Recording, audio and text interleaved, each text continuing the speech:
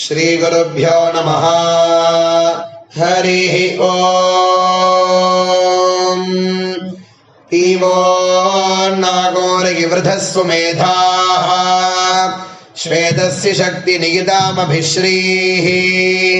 ते वायवे समनसोऽभितस्थुः विश्वे नरस्वपद्यानि चक्रुः रायेण यञ्जज्ञतो रोदसी उभे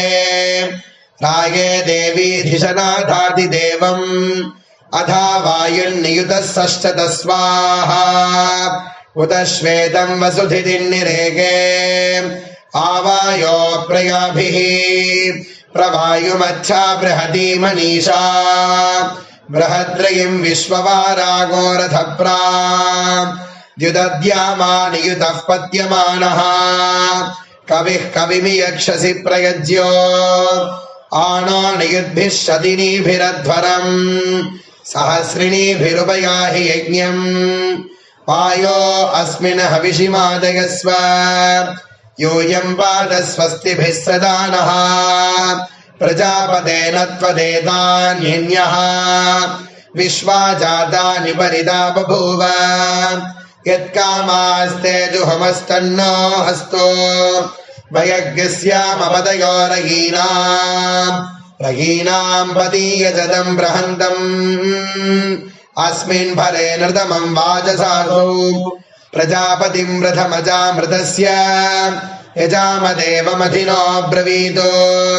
प्रजापते त्वन्निधिपाः पुराणः देवानाम् पिता जनिता प्रजानाम् पतिर्विश्वस्य जगतः परस्वाहा हविर्नो देव विहवे जुषस्व तवे मे लोका प्रदिशो दिशश्च परावतो निवद उद्वतश्च प्रजापते विश्वसिर्जीवधन्य इदन्नो देव प्रतिहर्य हव्यम्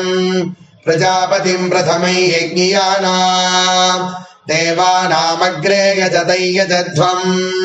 स नो ददातु द्रविणकुम् सुवीर्यम् रायस्पोषम् विश्यतु नाभिमस्मे यो राय ईशे सददाय उक्थ्यः यः पशूनागो रक्षिताविष्ठितानाम्